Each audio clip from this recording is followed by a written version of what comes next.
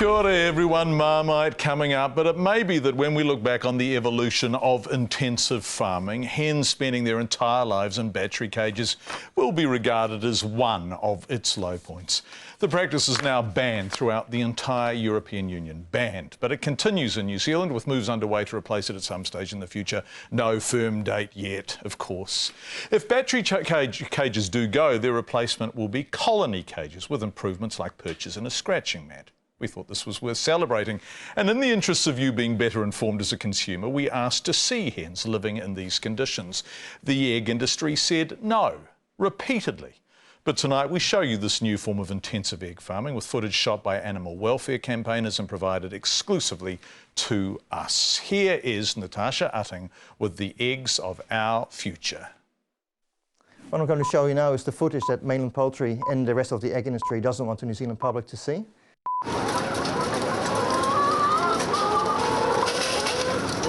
This footage shows us inside a shed at Mainland Poultry, one of our largest egg producers.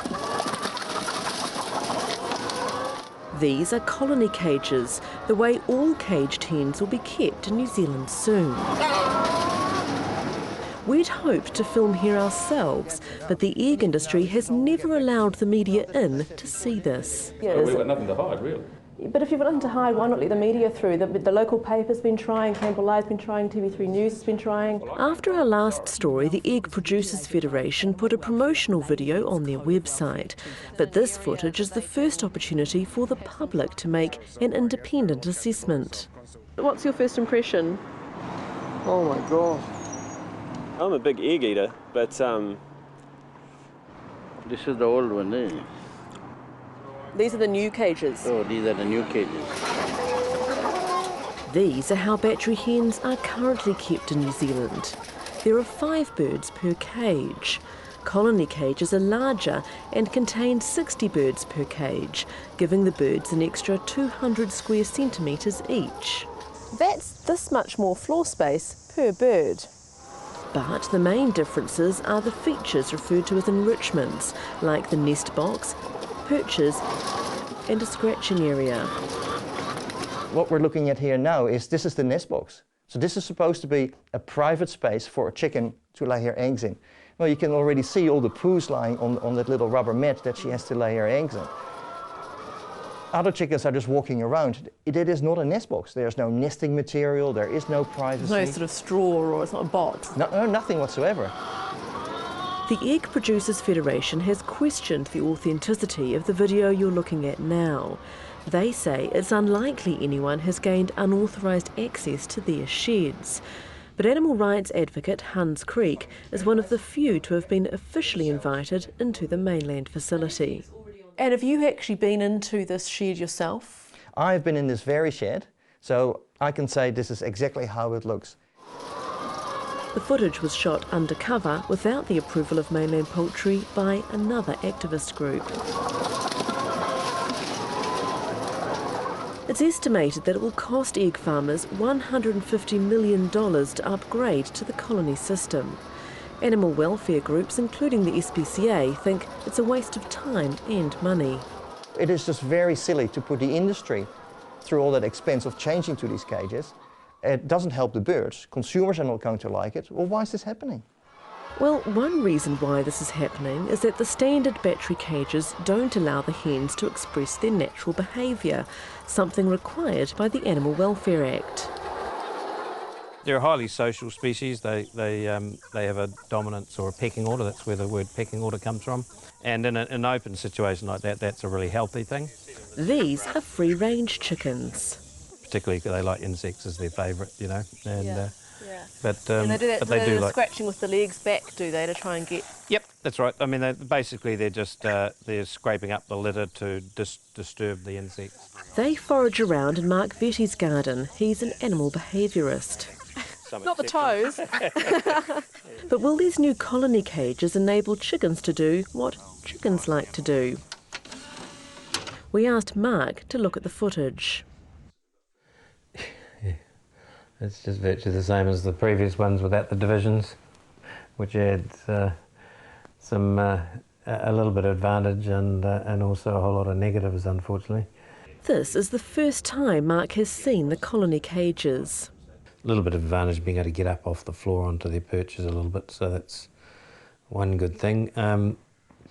Their scratching pads are basically rubber, and that's not the type of substrate they'd normally scratch on, of course. And what about the nesting area? There's 4 nest areas per 60 birds, is it? So that's pretty minimal. They'll presumably lay elsewhere as well, because that won't be enough for that many birds. The main problem Mark sees is the high density.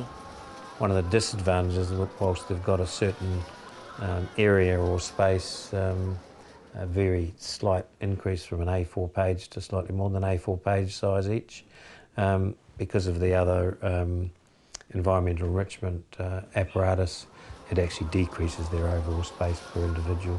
So you tend to get a much more massing on each other. You can see how they're massed on each other like that. That's the reason why they don't want the New Zealand public to see this, because a lot of people will be shocked to know that that's where the eggs are going to come from in the future. So let's go back to our shoppers. It looks a little bit crowded, but maybe it's an improvement. What kind of eggs do you buy at the moment? A normal egg, whatever's on sale. Well, it's still a cage. Inside the cages, they just have little metal perches just above the wire. It doesn't matter what allowances you make, it's not going to... It's still not great for the birds, is it, to be in a cage? Still doesn't seem very big, eh? Yeah. There's not much room. Look how many are in there. I don't like the idea. They shouldn't be in cages anyways. I don't buy the free range, I just buy the normal one. Normal caged eggs? Yes. So for you, does it matter whether the birds have a bigger cage, or do you think there's an improvement here? Oh, if it has a bigger cage and more freedom, of course it matters. I just think it's hilarious that you want to replace something that people are up in arms about that seems really cruel and unfair, and you want to replace it with something that's actually just, it's the same thing. So you wouldn't want to buy an egg from these cages? No. 75% of the shoppers we stopped in Auckland already buy free range and, like Sheena, said they would not buy an egg from these cages. The 25% who buy caged eggs already said they would still buy eggs produced in a colony environment. We asked the Egg Producers Federation to appear on this program, but they declined. In a statement, they told us that their research was continuously peer-reviewed over a 3-year period by international animal welfare scientists. For them to try to argue that this is better than an old cage, well, maybe it is better, but better than what? Better than an extremely cruel system. But this is still a cruel system. And Mark Vetti's verdict? You can't say to me that they can express their natural behaviours in that context. They can't. And what's wrong with that?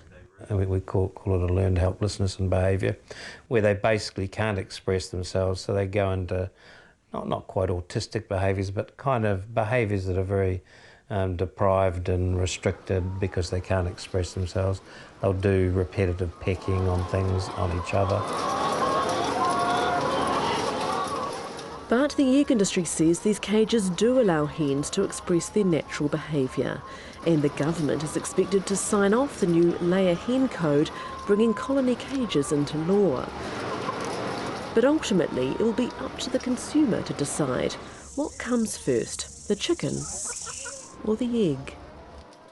Natasha Utting with a good question. We're going to keep an eye on what the government does in that area.